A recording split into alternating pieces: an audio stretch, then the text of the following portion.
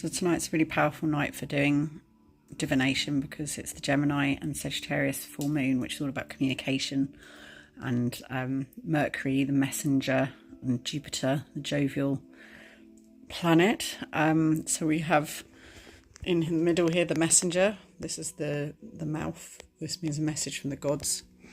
And then we have in the physical world the Fool, the Zero, the blank rune, Odin's rune. Anything is possible. So physically, anything is possible in the world.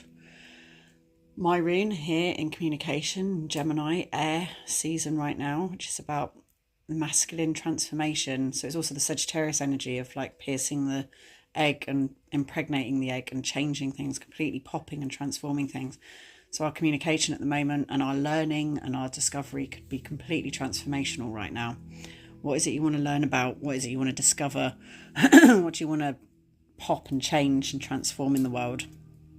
And then we have the torch Kinaz in this emotional, so really shining into the darkness and going for it and just not being scared to be Indiana Jones in the caves with the torch. Just really go for it. Like don't fear, really go for it with your will. What is it you want to do? Like don't be afraid, have courage to do it. And then this is also be brave, but this is in our spiritual, and this is about being sensitive, being so present and sensitive that you are protected because you're so in tune and you're so present and you're so feeling. So we got here truce. That would be nice, wouldn't it? So if we were able to call in some kind of truce, forgive ourselves, forgive our twin, our perceived enemies, and move on and have some love. What a wonderful world that would be. And in doing so, or what it needs or what it leads to, sorry about my wire coming in there, is work, doing the work. How can we do the work that needs to be done? We can't just sit around on our asses expecting things to happen. We have to put the work in. And I feel like that's what the torch in the darkness is as well. It's like we've got to start embodying, and we just did a spell, which you can see there, hiding behind my card there.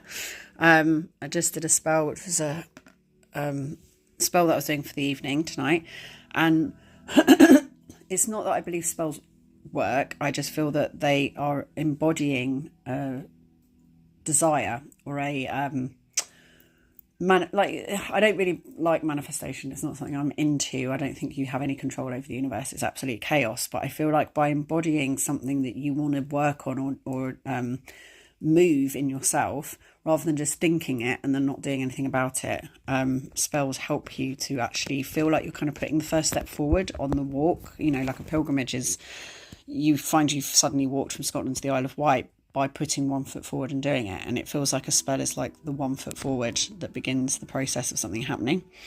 So I feel like doing the work is that. Like, if we want to live in a better world, if we want to see a world that's full of truth and love, we need to start doing the work somehow. What does that mean for you? And we've got here primal and darkness. They both have the raven, which is also Odin. We've got Odin's rune there as well. So there's a lot of Odin energy here. So what does he mean to you? What is Odin? Odin he's a trickster god. He's the gallows god. He's the god that taught me runes. He was the god that I first learnt of and kind of had a connection to after I renounced my faith as a Christian. So he's kind of like my next on the line when it comes to my spiritual journey. He means a lot to me, actually. I really love him as Lovejoy in American Gods. He is a very kind of sexy bad boy kind of god. So he's a positive masculine force, but he's also been there for me on my journey. And in both of those women, they're free, primal, liberated women who are just happy and complete with who they are and like warriors, and they're not scared to be badass. And then we have here as well Maeve, who's the influence. And this is, I feel like with all three of these, it's about knowing your power and owning it, because actually when you don't, it's dangerous. I think with all three of these women, if they were going around being themselves without actually owning how amazing they are and how powerful they are and how strong they are, then they would actually be dangerous. So know your influence, understand the power you have, and then do some proper work with it. You're coming from a place of love and you're coming from a place of sensitivity, but be brave, be courageous, and know how powerful you are. Because if you're just doing it blindly without paying any attention to it or owning it, then you're going to be messing people's lives up and hurting people. So learn from mistakes, and learn to be powerful, own it, and do your best to start creating the world that you want in an embodied and powerful way. Don't be afraid to be a warrior. Don't be afraid to stick your head above the parapet.